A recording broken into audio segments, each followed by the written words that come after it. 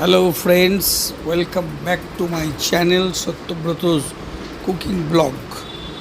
আজকে একটা আলু ভাজার ভিডিও তৈরি করছি তোমাদের জন্য। প্রথমে আলুর খোসা ছাড়ানোটা দেখাইনি। আলুগুলোকে লম্বা লম্বা করে কেটে একটু নুন জল দিয়ে ফুটিয়ে নিয়েছিলাম, সেটা তোমাদের দেখানো হয়নি।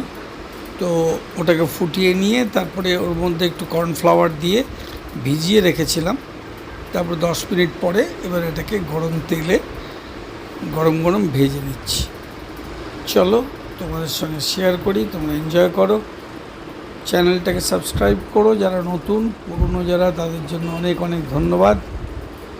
কেমন লাগছে ভিডিওটা বা চ্যানেলটা তোমরা কমেন্টে কিছু লিখো, আর কি কি তোমরা রান্না দেখতে চাও সেগুলোও তোমরা জানাতে পারো। আমি মোটামুটি যেগুলো রেগুলার রান্না করি সেগুলোই দেখাচ্ছি, আর কিছু স্পেশাল টাইপের রান্না সেগুলো ভবিষ্যতে দেখাবো, যেমন পিৎজা, তারপরে তোমার র্যাপ, তারপরে মডার্ন কিছু রান্না তোমাদের পরে দেখাবো। চলো দেখতে থাকো।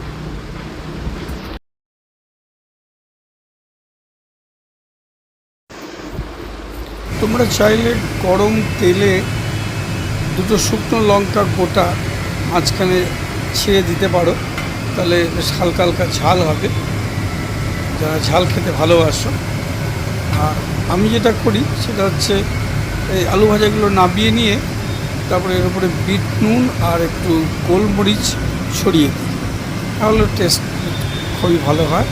আর সঙ্গে একটু ম্যাগি সস দিয়ে দিলে তো আর কথাই নেই। চলো তোমরাও এনজয় করতে থাকো, দেখতে থাকো, আর কমেন্টে লিখতে থাকো কেমন লাগছে।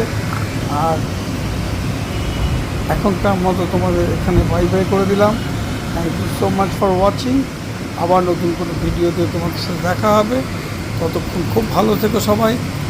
Bye bye.